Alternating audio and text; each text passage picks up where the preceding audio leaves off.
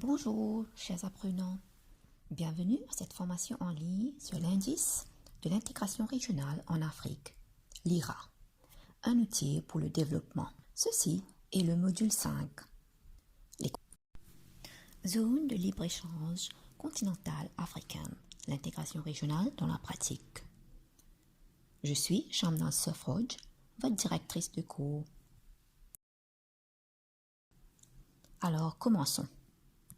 Objectif d'apprentissage. Après avoir complété ce module, vous serez en mesure d'apprécier le rôle de la ZLECAf comme outil d'intégration régionale en Afrique, de comprendre la logique derrière l'indice des entreprises de la ZLECAf, prendre connaissance des différentes méthodologies qui sous-tendent les indices, comparer l'IRA et l'indice des entreprises proposées. Lecture. Il vous est recommandé de lire les diapositives vidéo, de consulter ces diapositives vidéo du module et aussi la narration dans le livret de cours. Vous pouvez vous référer aux ressources facultatives. Pour plus d'informations sur la ZLECAf. La mise en œuvre de l'intégration régionale en Afrique.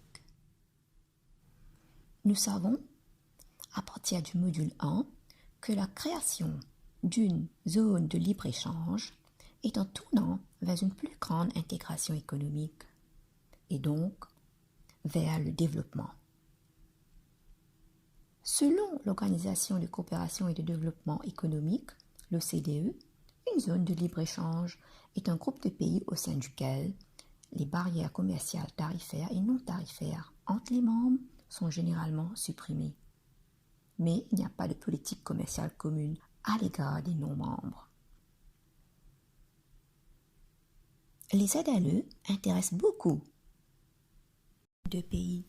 Certains des accords de libre-échange les plus connus au monde sont l'ALENA, la zone de libre-échange de l'Atlantique Nord, ou l'ANAS, l'Association des Nations de l'Asie du Sud, et beaucoup d'autres. Mais l'accord de libre-échange le plus attendu et le plus prometteur est la ZLECAf, la zone de libre-échange continentale africaine, qui a récemment vu le jour. Elle promet de jouer un rôle clé dans le renforcement du marché régional pour ces pays et ses partenaires extérieurs. Elle vise à rassembler 1,3 milliard de personnes dans un bloc économique de 3,4 billions de dollars, qui devrait devenir l'une des plus grandes zones de libre-échange au monde. Toutefois, pour bénéficier de ces avantages, elle doit surmonter de nombreux obstacles à sa mise en œuvre. Quels sont les objectifs de la zone de libre-échange continentale africaine? Selon l'accord portant à sa création, elle vise à créer un marché unique pour les marchandises et les services, facilité par la circulation des personnes, afin d'approfondir l'intégration économique du continent africain selon la vision panafricaine. Par ce premier objectif déclaré de la ZLECAf, on comprend que l'accord n'est pas qu'une simple ZLE traditionnelle, mais elle vise plutôt à créer un marché unique dans le long terme. C'est bien ce qu'on note dans les prochains objectifs. Créer un marché libéralisé pour les marchandises et services. Contribuer à la circulation des capitaux et des personnes physiques. Et faciliter les investissements en s'appuyant sur les initiatives et les développements dans les États, parties et les CER. Poser les bases de la création d'une union douanière. Ensuite, promouvoir et réaliser le développement socio-économique inclusif et durable, l'égalité des genres et la transformation structurelle des États parties. Il ressort clairement de ce qui précède que la ZLECAf vise loin.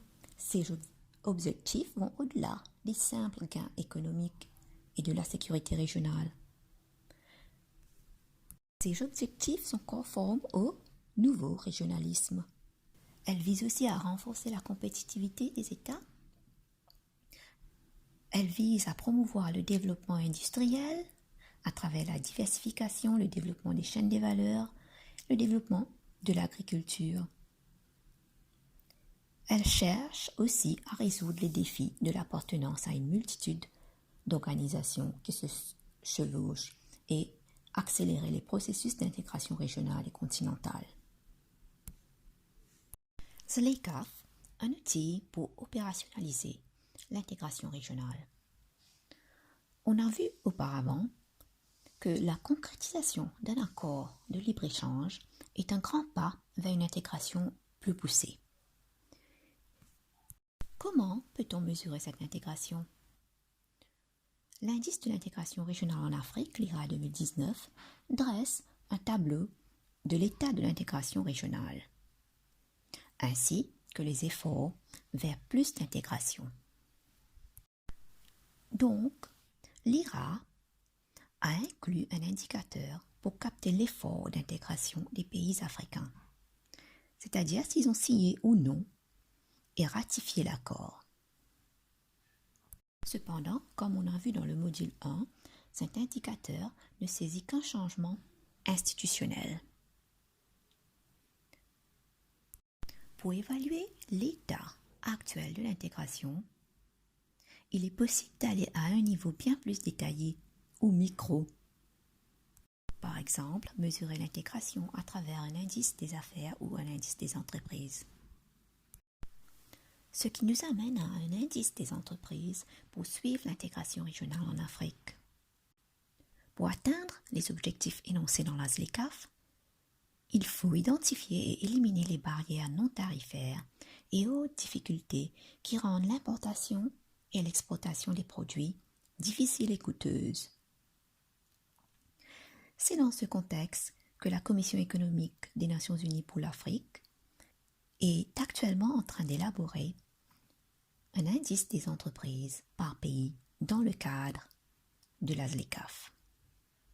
Cet indice est considéré comme un outil permettant aux entreprises d'exprimer leur point de vue sur la mise en œuvre de la ZLECAf.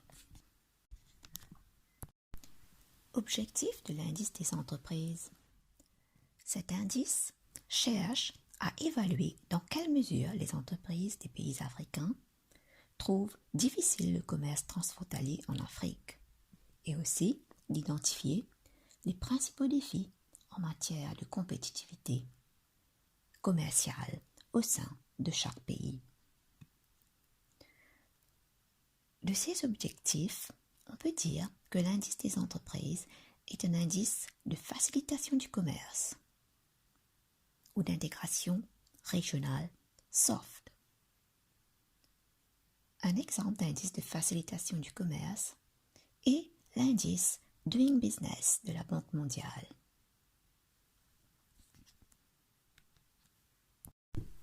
Les mesures de facilitation du commerce sont souvent utilisées comme indicateur pour estimer l'intégration commerciale. Bien qu'elles ne mesurent pas l'intégration régionale actuelle, elles indiquent le potentiel d'intégration. Comparaison entre l'IRA et l'indice des entreprises.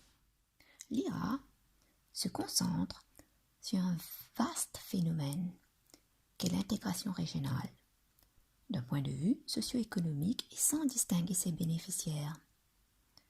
L'indice des entreprises se focalise sur un phénomène spécifique, c'est-à-dire les opinions et les expériences des entreprises en matière d'intégration commerciale. Les données utilisées dans l'IRA proviennent d'un certain nombre de sources secondaires. L'indice des entreprises utilise des données d'enquête recueillies par le biais de questionnaires et d'enquêtes en ligne. Les données utilisées dans l'IRA sont plus souvent générales, sans informations détaillées, par exemple sur la taille des entreprises. Elles sont généralement moyennées sur différentes périodes, tandis que les données de l'indice des entreprises seront très spécifiques et détaillées. Contrairement à l'IRA, il a été suggéré que les dimensions auront un poids égal afin de faciliter la reproduction et la comparaison dans le temps.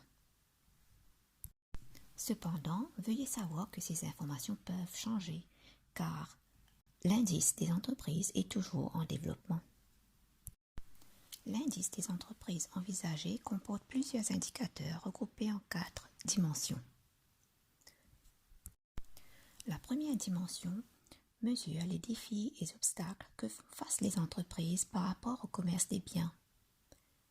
Les barrières tarifaires et non tarifaires, les contraintes liées au transport seront identifiées. La deuxième dimension évalue les restrictions liées aux investissements et aux services. Elle comporte 3 indicateurs, les contraintes liées aux entreprises, les contraintes en matière de personnel et les contraintes réglementaires. La troisième dimension concerne les connaissances et l'utilisation des accords de libre-échange en Afrique. Au fait, elle mesure si les pays s'engagent de manière proactive avec le secteur privé dans le cadre de la ZLECAf. Elle détermine aussi le point de vue des entreprises sur la facilité d'utilisation des accords de libre-échange en Afrique. Plusieurs indicateurs seront utilisés tels que l'exportation dans le cadre des ALE, les importations et la sensibilisation et l'accès à l'information. La quatrième dimension se concentre sur les facteurs qui influencent l'environnement global des entreprises, en particulier les contraintes liées à l'offre en matière d'infrastructure, des finances, des devises, des compétences et les institutions. Voici un tableau des dimensions des objectifs et des indicateurs proposés. Nous allons maintenant voir quelques résultats vraiment préliminaires de l'indice des entreprises. Le Cameroun et la Zambie sont les 2 premiers pays dans lesquels l'enquête pilote a eu lieu. Le nombre d'observations pour calculer les statistiques est de 61 pour le Cameroun et 53 pour la Zambie. Comme vous pouvez constater sur la graphique, la Zambie obtient un meilleur score dans l'indice des entreprises. Cependant, il faut savoir que le nombre d'observations est susceptible d'augmenter à l'avenir et donc les résultats peuvent également changer. Regardons les résultats par dimension.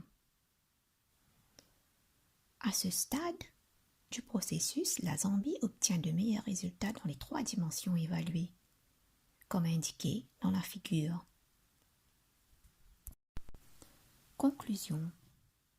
La portée des projets d'intégration régionale contemporain est large et va au-delà de la simple évaluation de l'intégration économique.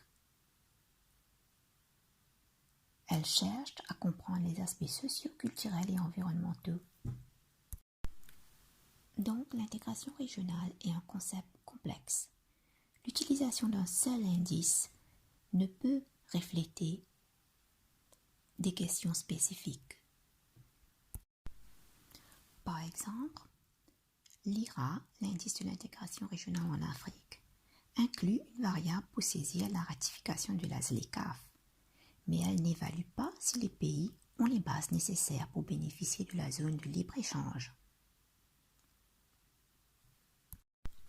La ZLECAf est un pas de taille pour rendre opérationnelle l'intégration régionale, surtout l'intégration commerciale. Donc, il est nécessaire de comprendre les obstacles à sa mise en œuvre. Un outil permettant de mesurer la facilité avec laquelle les entreprises africaines peuvent faire du commerce transfrontalier est vraiment opportun. L'objectif de l'indice des entreprises de la ZLECAf est de recueillir les points de vue des entreprises sur leur vaste ensemble de défis et obstacles liés au commerce transfrontalier, les restrictions sur le commerce des biens et des services et la connaissance des accords de libre-échange. Voilà, nous sommes arrivés à la fin du module 5. Pour plus d'informations, consultez le livret de cours et posez vos questions sur le forum. Merci et au revoir.